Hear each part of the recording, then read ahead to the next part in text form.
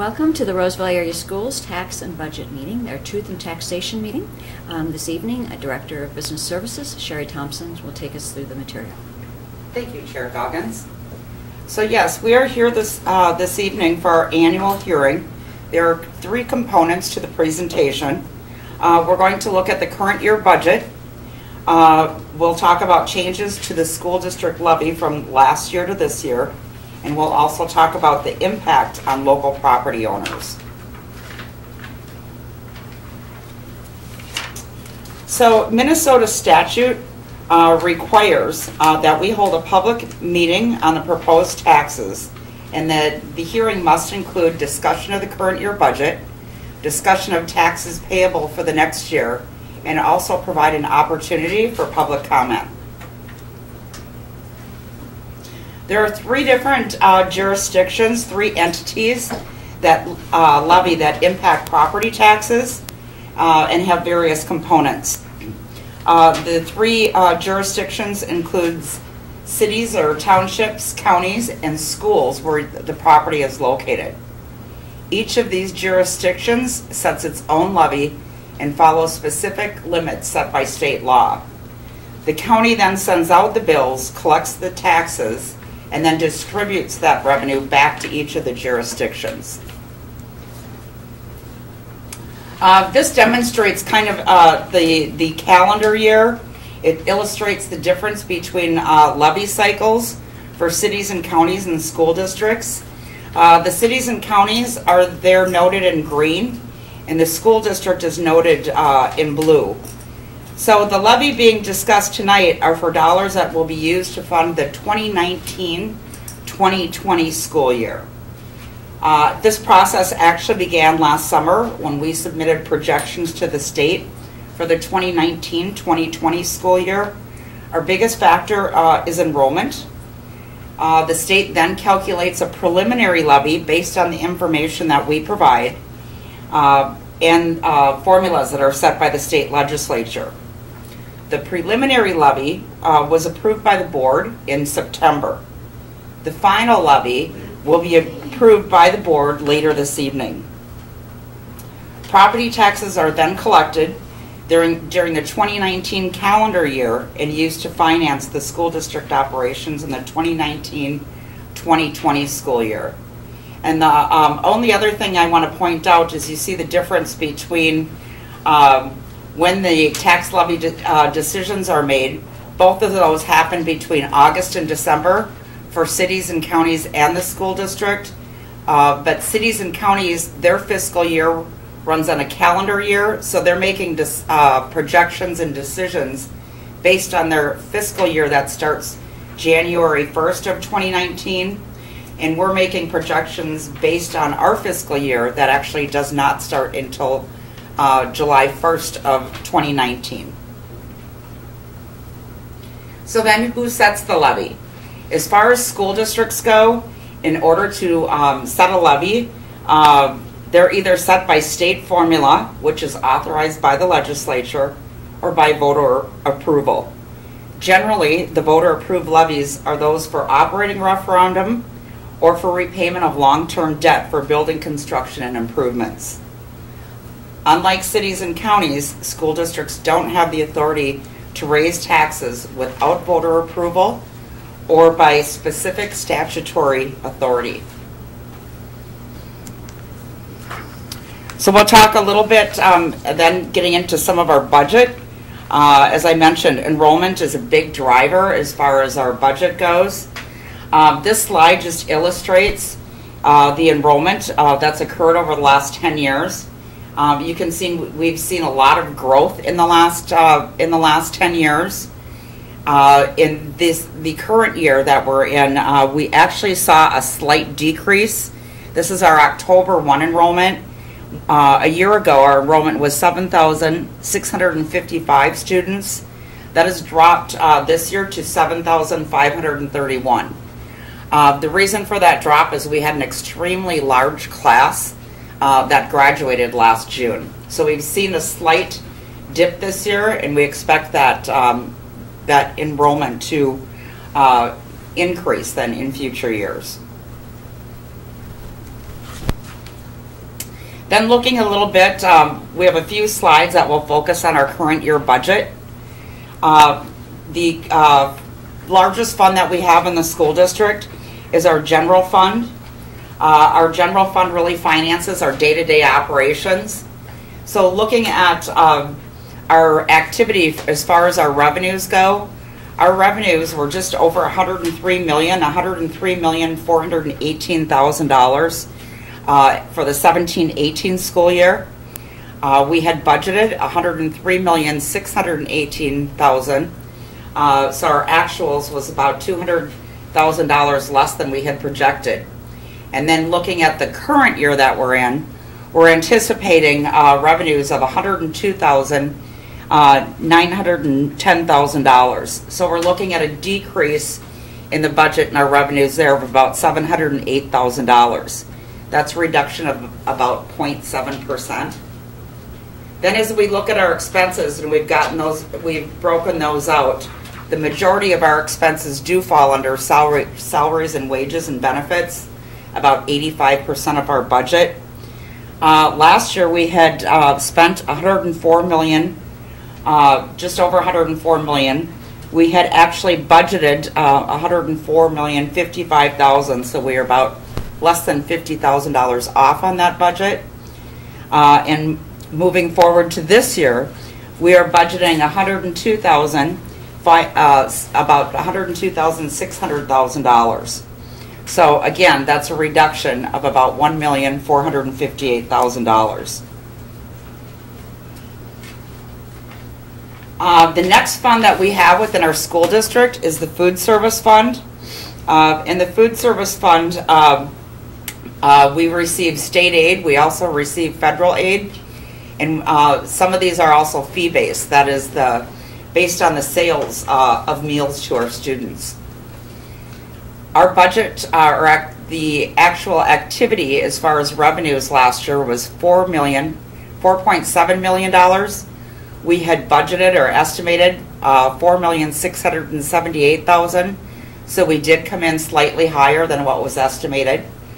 We are looking, this year we're estimating a reduction of about $4.3 million. That's a reduction of about $322,000. And some of that is due to a change in some of the federal programming that we're offering at a couple of our elementary schools. So we're looking at a reduction there of almost 7% in revenues. At the same time, when we look at our expenses, again, this last year we had spent $4.5 million. We had budgeted almost $4.7 million. And we're estimating a reduction for the current year in expenses to be about $4.3 million. So we're looking at about a 7.7% reduction there. And again, that's also related to that programming. Then moving forward, we have our community service, or community education fund.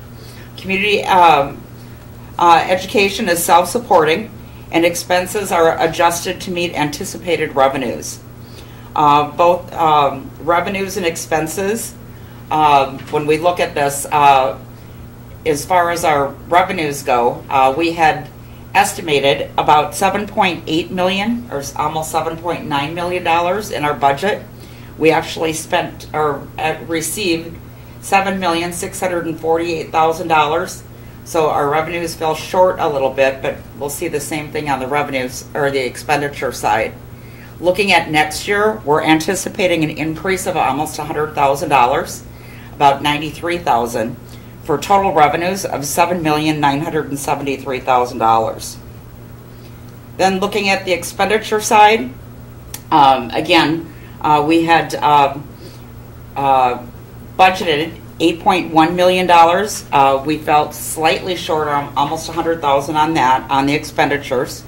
Again, compared to offsetting that decrease in revenues of $8,018,000.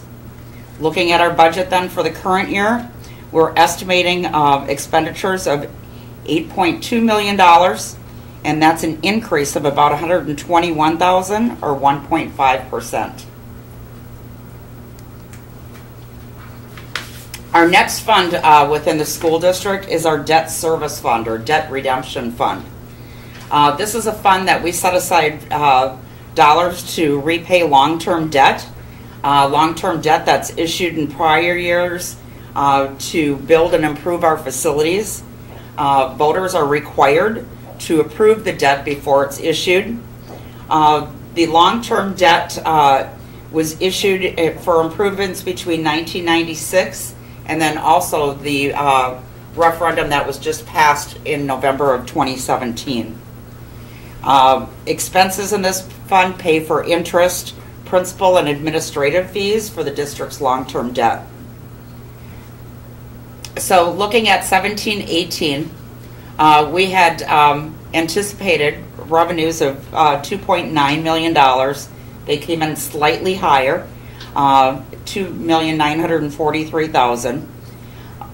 Looking at the 18-19 budget, we are going to see that increase to $11,611,000. So it's an increase of about $8.6 million. And again, this is due to the referendum that was approved by the voters in November of 2017, and we sold those bonds on February 1st of 2018.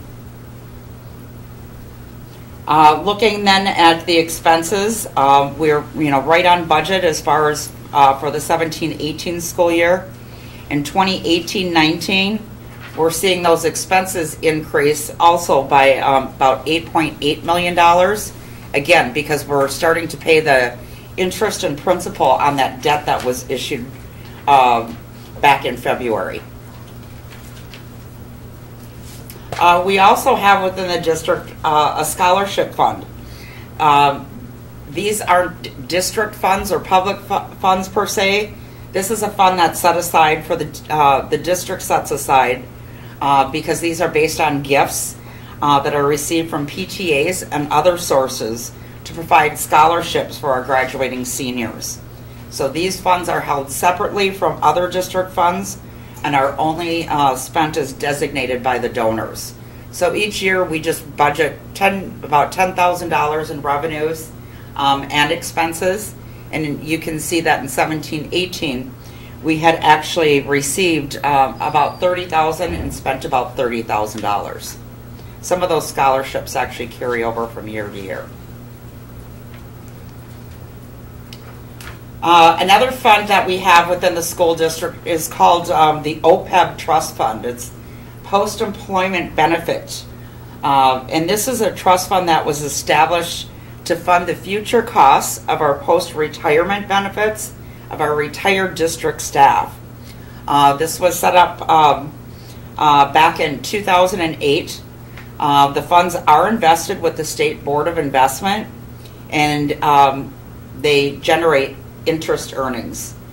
Now this is for staff that were only hired prior to June 30th of 1994. Those post-employment benefits have since sunsetted in employees that have began July 1st of 1994 or later. But again, this does fund any kind of severance or insurance, retiree insurance benefits.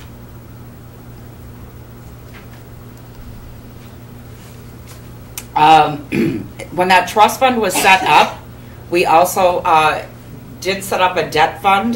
This basically records the revenue and expenses that are needed to repay that debt that was issued to fund the post-retirement benefits of those staff members.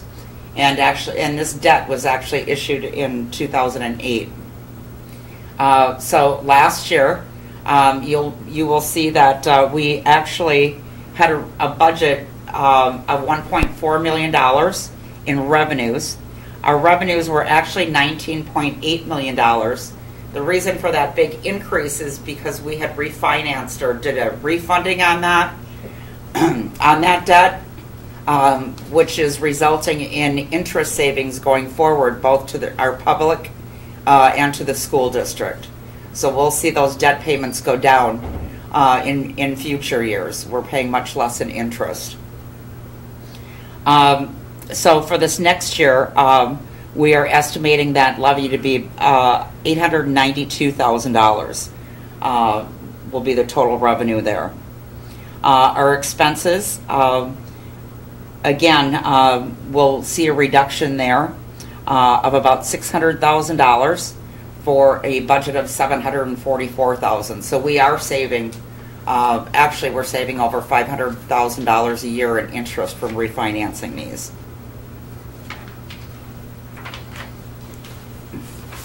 A couple more funds that we have related to construction that we have within the school district. This is the we have two construction funds. One is called the Building Construction Fund. This is for our deferred maintenance. So this makes improvements to our existing facilities, also referred to as LTFM, or long-term facility maintenance. Looking at 17-18, we had budgeted just over $10 million, $10,066,000. As far as revenues go, our actual was $11,241,000. Some of this was due to interest earnings.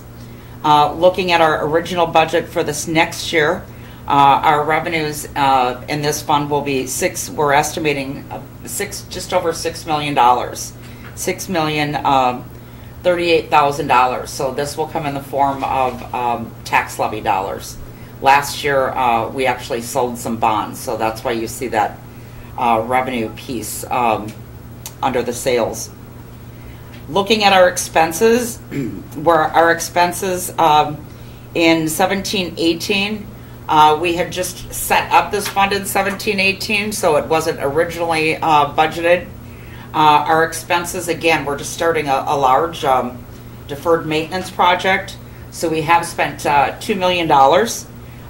In the 17-18 school year. You'll see in 18-19 and going forward, we're looking at a budget there, our expenditures of about $11 million. And again, this is funding a lot of the roofing projects, some of the new mechanical systems in our buildings, upgrades to electrical, and then also dehumidification in the buildings.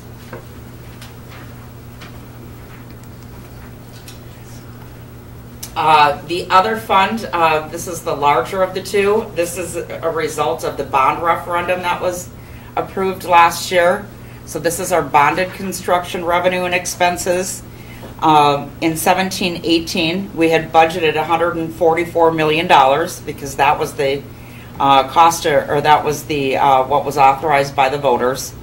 Our total in this fund was $144,880,000. Again, this also includes interest earnings and any levy dollars that came in. For 18-19, we are estimating about $1.2 million as far as revenues go. So we see a drop there as far as on the revenue side because we had the bond sale this last year. Looking at our expenses then, moving down below, in 17-18, we had expenses in this fund of $2,863,000. We had actually budgeted $3 million, so we're real close to budget there. Looking at our original budget for the 18-19 school year, we're estimating that we'll be spending about $43 million of this year as part of the $144 million construction project. That construction will occur between now and will be completed, we're estimating, by December of 2021. So we're seeing a big change, of course, in the budget there as we progress through our construction. Also, as far as our general fund budget, I have talked about that before, that most of our budget is in salary and benefits. But as far as where we spend those dollars, we spend, the big slice of the pie there, we spend 43% on our regular instruction. Our vocational instruction then is about 2% of the budget. We spend over 20% on our student services. We also spend about 20% on our instructional support. Our pupil support services Pupil support includes counselors, transportation. That is about 10%. Our operations and maintenance of our facilities is about 6%. Our property insurance and other fixed costs are less than 1%. And we spend about 8% on district administration, building administration, and support staff. Looking at our projected fund balances, again, this is based on, we had gone through the entire budget, but we are estimating, looking forward for the next year, we ended the June 30th of 2018 school year with an unassigned fund balance of about $2.2 million. We are actually estimating that we will have excess revenues over expenditures, or a surplus of about $537,000. So we'll build that fund balance up slightly to about $2.7 million. Also within the general fund, we have other restricted accounts. Those are mandates set by typically the legislature.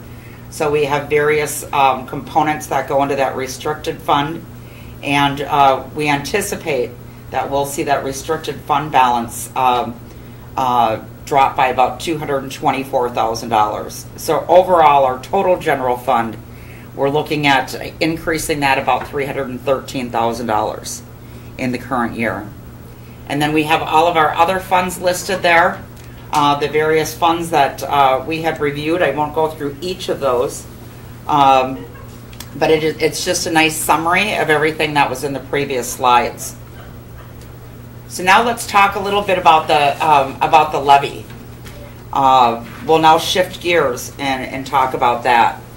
So this slide actually compares the final proposed of the general fund levy to the amount actually levied, the amount this year that we're proposing against last year. So this year we're actually looking at $26,617,000. That is an increase over last year of $2.1 million. Much of this, I'll hit some of the highlights on here. Much of this is enrollment based. Going down the list here, some of the big changes. Our career and technical program, that's actually an instructional program that we offer within our school facilities. We have more students that are enrolled in these programs, and we also have more staff that are certified to teach these programs. So that will actually generate an additional $273,000 in aid so that we can continue to offer such programs. A couple of other items there, the location equity levy, a lot of that is something that's enrollment driven, so we're anticipating the enrollment to go up, and then also we have some prior year adjustments for actual enrollment, so we're seeing increases there. The health and safety program, we're looking at, that is zero, but last year we had a negative balance. So it appears to be an increase of $214,000. That's a program that the state is actually phasing out. So that will actually go away after next year. Again, achievement integration, operating capital. Many of these are, again, based on enrollment, either projected enrollment or adjustments from prior year. So those are all based on student numbers. So those will go up and down based on our student enrollment. Our reemployment levy, that is dollars that we can levy to reimburse us for unemployment or reemployment costs. We're actually seeing a reduction there of about $135,000. And then probably the last one, the voter approved referendum. Again, you'll see an adjustment there of about change there of about $1.2 million. That amount per student has not changed. Again, it has to be voter approved, but we're seeing an increase there based on projected enrollment increases for the 2020-21 2019-2020 school year, and then also some adjustments from previous years, because we make projections, we enter that data, and then the state adjusts those numbers as we go forward. So we're never, there are adjustments to make sure there's a check and balance so that we're never in the end paid for more students than we serve. The community service fund levy, the overall community service fund levy is, we're looking at an increase there of about $144,650,000. The big change there is in our school age child care. Again, this is another program that's authorized by the state legislature. This levy actually allows us to serve students in our before and after school program, students who have special needs. So they provide us the funding to do that. And that's another one where we report our expenses based on that, and there's a check and balance going forward. So we never receive more than what we spent. Our debt service fund levy. Debt service, again, this is based on the voter approved levy. We're anticipating an increase there, again, based on our debt service schedule, of about $251,000 in that levy. We are required to levy 105% of what our principal and interest payments are. And then again, as we move forward, those items are adjusted. We are required to levy 105% in the event that taxes are either abated or not paid. So again, as we go forward, we adjust then based on actual tax receipts. So overall, that increase is about $243,000. The post-employment debt service levy, we are looking here overall at a decrease of about just under $60,000 in that levy. And again, we're just kind of finalizing some of those adjustments from refinancing, refunding those bonds.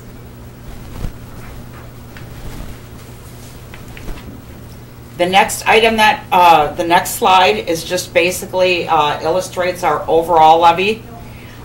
So the overall levy, total of all funds, we are looking at increasing that levy for, to $40,392,000. That's a change of $2,473,902 from the current levy.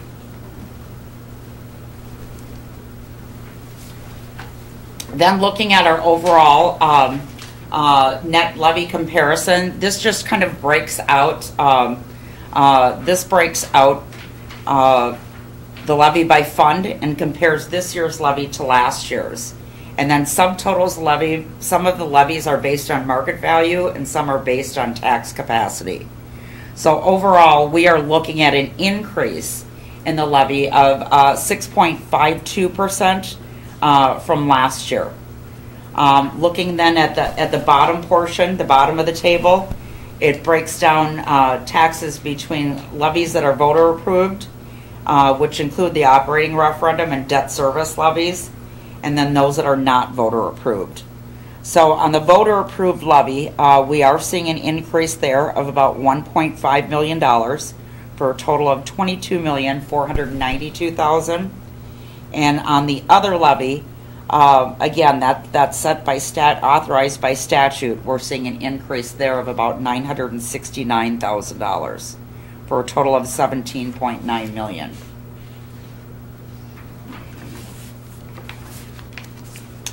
Looking at the levy, this illustrates the levy history going back to, for the last 15 years, going back to 2003. So you can see that levy increase or shifts from year to year. In many years, we had a decrease. The largest increase, again, if you look at last year, was the 50.5% increase, and that was a result of the long-term facility maintenance projects that were approved by the board, and then also the $144 million for our bond projects, our construction projects at all of our schools. This year we are looking at about a 6.5% increase over the previous year. So now we'll switch gears and take a look at how the school district levy impacts our local taxpayers. So we have been tracking, the school district has been tracking 5 specific properties for the last 20 years. So this slide summarizes the valuations and taxes on each property for this year and last year. So you can see, for instance, in the first home, example 1, the taxable market value increased from $188,700 to $195,900. The school district taxes, so the value went up, the school district taxes actually went down by $6.42. So there was a 0.6% decrease.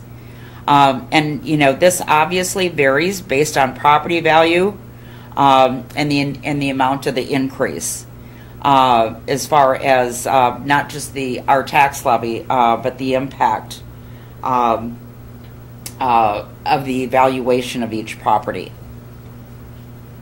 On home number 2, that value increased from $298,000 to $322,000. The percent of increase was 3%, but the valuation percent of increase was 7.8%. So again, that will vary.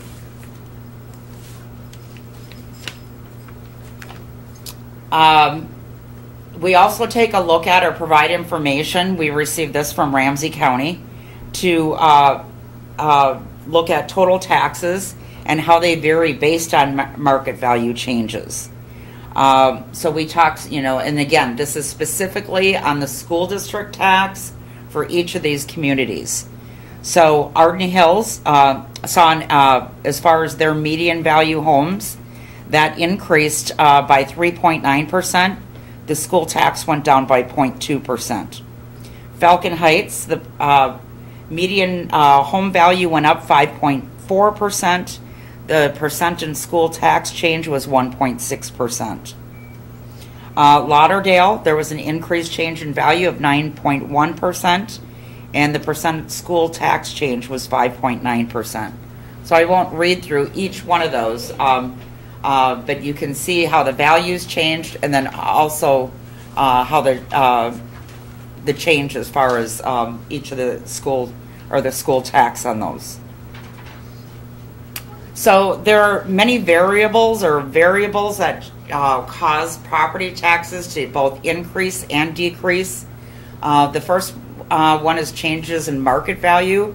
So if your home value increases or decreases, that will have an impact. There's also something that's called market value credit, and that's set by the state legislature as far as kind of a buffer as far as tax impact goes.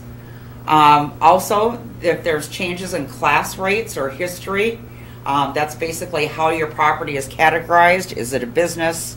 Is it a homestead parcel? You know, farmland also. So if you have a change in your class rate, that will make a difference. Voter-approved referendums will also have an impact as far as property increases. And then the last thing is state adjustments.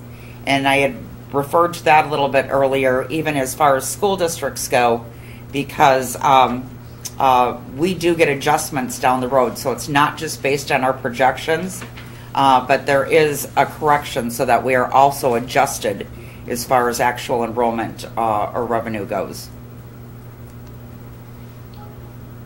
There is some property tax relief.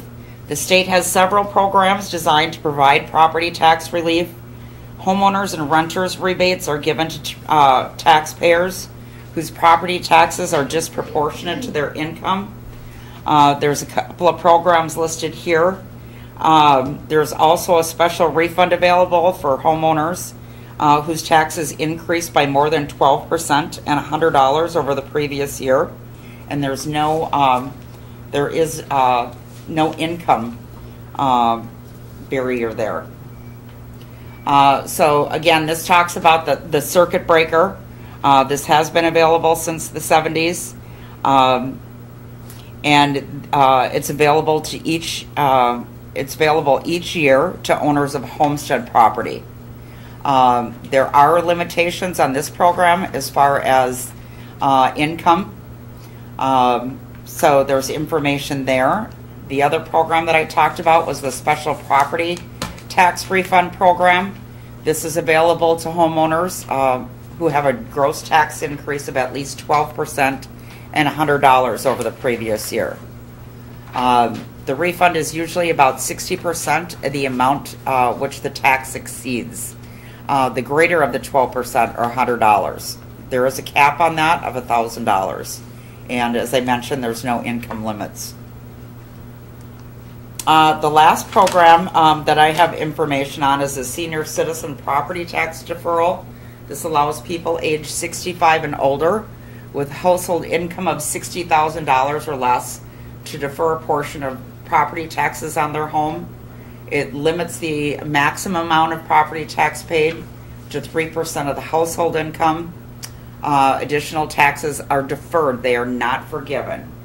But it does provide some predictability as far as amounts of tax that is paid each year. Deferred property taxes under this program, plus accrued interest, must be paid, however, when the home is sold or the property or the homeowner dies.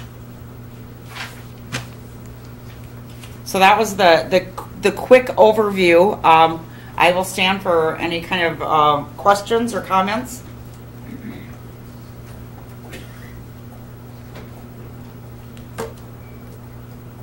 How is this working? I mean, are you taking questions from the public or from the school board? Yes, from the public. Okay, what about the school board? If the school board has questions, they can ask, and yes, and Are they here? typically those questions come up during our school board meetings. Well, one guy answered this now. Five of us are here. We just won't So be here this evening. then, how do we do this? Do we come to the mic or? So I think probably in the group this size, I don't know that you need to come to the mic. Well, is this I think we being can all hear. videotaped for a record, or how are you doing it? This is televised. It wasn't televised in Maplewood. Or is this live? Yes. No, I turned on the cable TV, it wasn't there. So is that accurate? Or So is that I would false? guess I would contact Maplewood on that. Okay. And I Well, think you you and can- I have talked about that before with Maplewood's, as far as the cable TV, I believe I have not talked to you for over a year. right? And I think we talked about it a year ago. Okay, so even after a year, you were not able to succeed. Yeah. You just represented that it was. So do you have televised. questions regarding the property tax? I'm interested first how the process works. That's what my initial question is. Okay, so I guess I would ask you to be more specific on that. I mean, as far as the tax process? No, the process for this hearing. Okay, so I've gone through the presentation and now I'm opening it up for questions and or comments. Okay, for you. Yes. Okay, got it. So it is, and the thing, first of all, I want to represent Kevin Bergman, Citizen Reporter News. I want to represent that it is not being televised. So the statement that you made again is false, because I verified that before I came over here. Okay. So, you know, it's very important for the credibility and integrity of the greater Minnesota education system in the big picture, and for the Roseville school system, more particular, that information is accurate. And when there's not accurate information, it's hard to have a lot of confidence Okay. in the integrity of what goes on, because we are not here every day.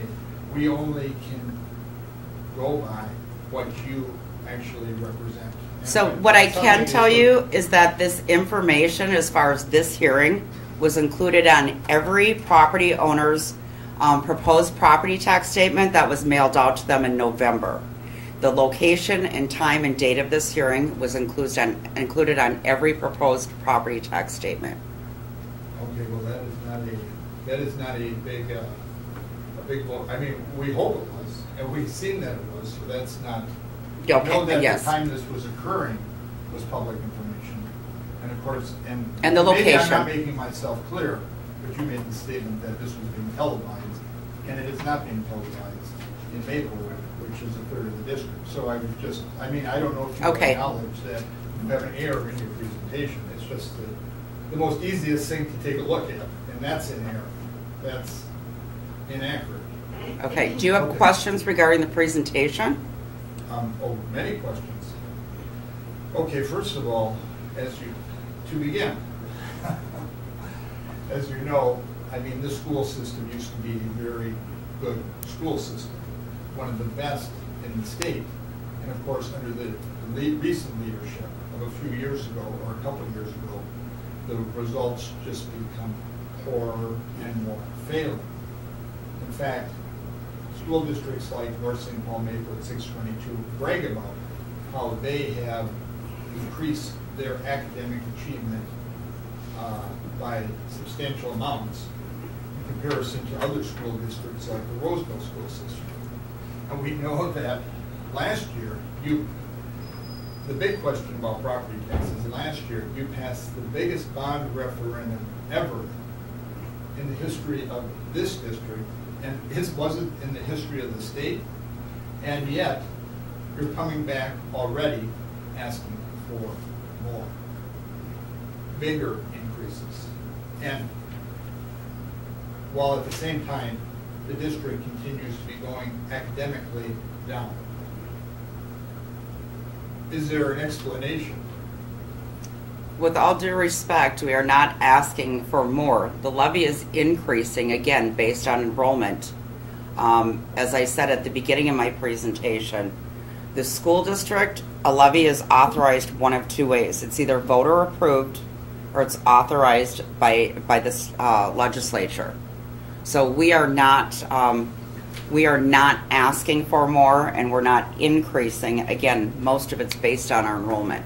Okay, so all I know is we had just watched your PowerPoint presentation, and if I wasn't mistaken, you ran through a number of levies, and you said overall the amount that you were going to levy was going to increase by 6.52%. That definitely sounds like more. So again, And there's again, a it's question based of on increasing accuracy. enrollment. Well, it's more, and and again, you know, it's an issue of how you're representing things. Again, because there's nobody up here monitoring what's going on. It seems like it's another factual problem.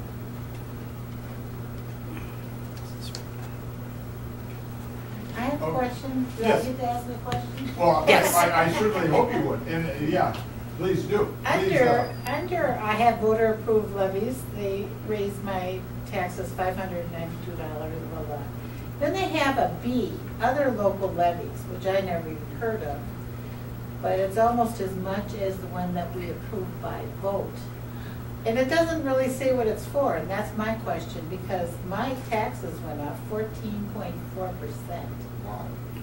And I didn't add on anything to my house, I didn't move, nothing's different. So, It's huge. so, and that is a large increase. So the other is the piece that's authorized by the state. So there's voter approved, which is based on, you know, what the voters have approved, right? The bond, and then we have excess operating referendum, and other is based on the state formula.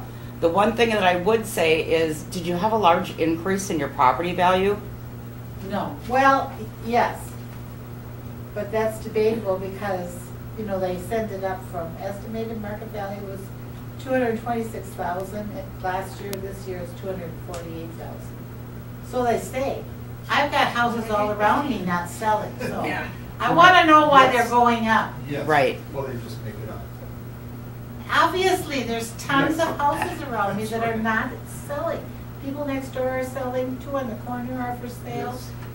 Yeah, and the county assessor determines that. I would be more than happy to sit down with you either after the meeting or even take a copy of that. I work with a lot of taxpayers, and I've gone through and broken down. Good, that's why I'm here. Yeah, I've broken that But I down. noticed she said she'll do it in private instead of allowing others to see how they're operating. And then she's not representing that she will help you in front of her friends in the county. Well, I don't As an know advocate. if something can be helped tonight or not. Yeah, I think sometimes it's just even a matter of, I can't change your taxes, obviously, but I can help you. I've helped people better understand it. Yeah, well, we've been here before. They've tried to raise my taxes before, and I challenged them, and I got it decreased. I can't even imagine. When this came out, and it had a different meeting for each part of your tax, you'd think that would be more efficient, but it's not really. Because I used to get more action Correct. when it wasn't divided up. And I'm not Divide and complaining. conquer. And I'm not complaining about, I can see what they're charging, you know, if Mhm. it goes up a little bit, you expect it to go up year by year, but really, houses are not selling. You heard the November report? That's Yeah. huge. And so, when I used to complain, it would effectively change it. Without me having to, I mean, I still would do that property thing, that property refund thing. but- The property refund or abate the taxes. As far as the value on the property, But I thought something came out of the meetings that I used to go to. yeah, as far as the value on the property, that would be with Ramsey County with the property assessor. Yeah, but that's not much of a raise on here. That's not what's making it go up.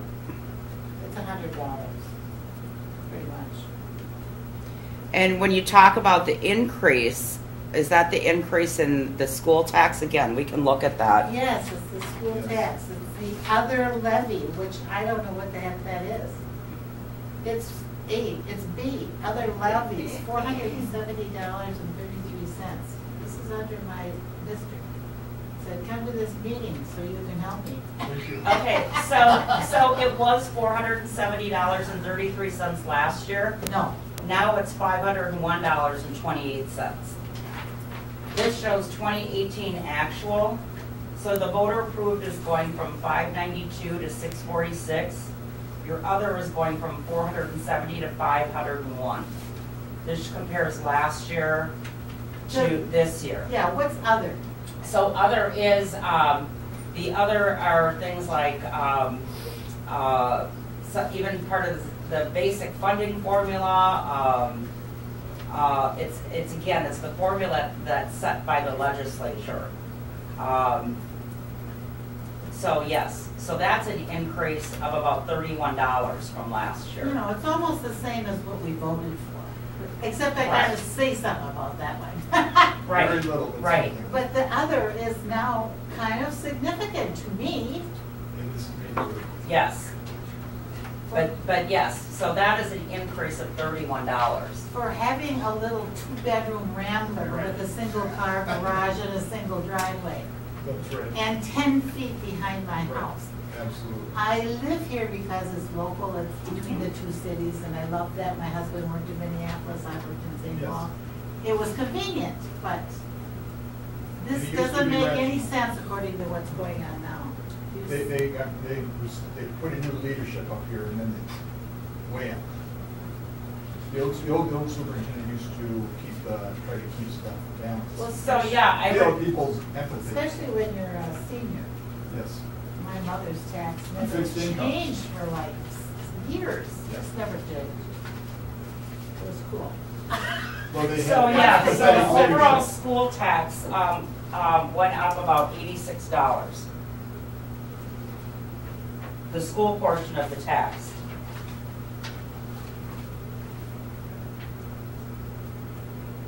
Oh, then what made it go up 14.4%? So this is the total. So some of this is also the county, the city went up over $200.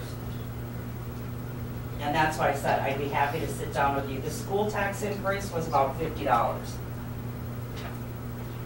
Because this breaks out all of the various, Yeah, but it's other, Yes. doesn't explain anything No. to me.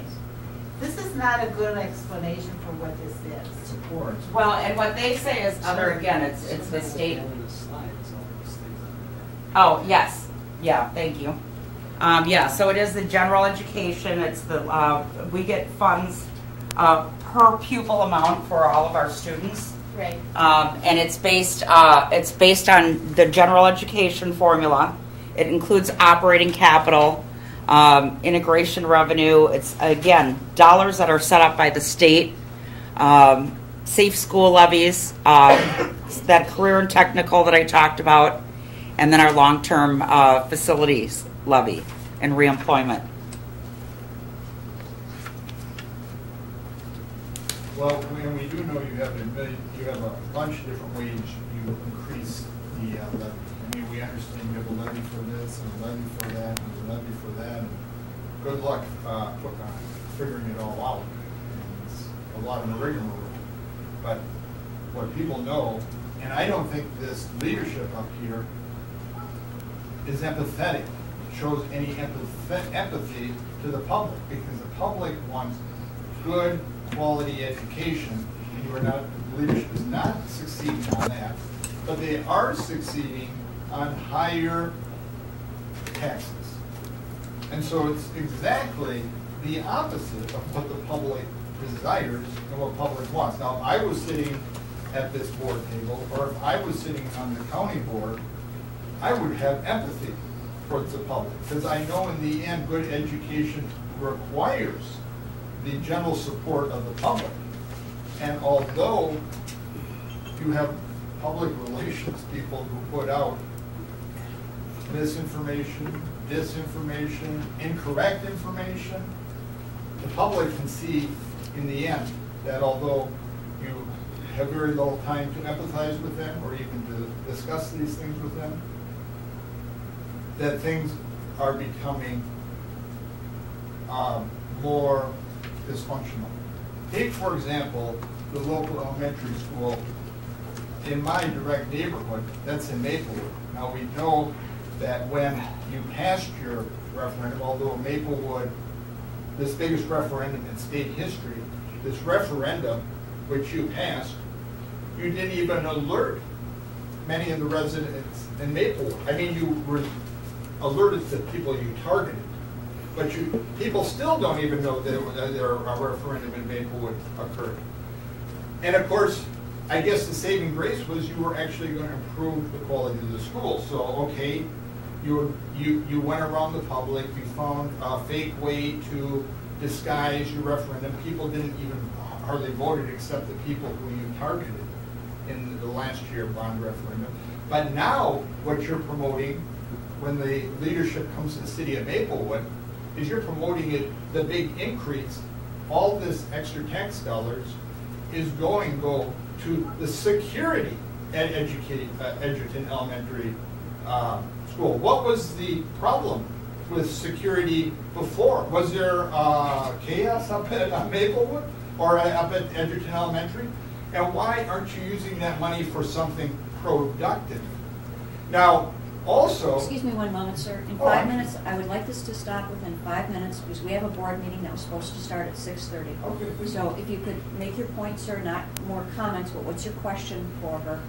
We would greatly appreciate Okay. that. And just, are you one of the school board members? I am. And we Okay. are all listening to your input. Okay, but you do not feel any empathy towards the I comments? You just say disagree be very done with your strongly. comments so we can... pardon? No, I definitely understand the issues you're bringing forward, and I appreciate that you came tonight. We appreciate that the community is involved.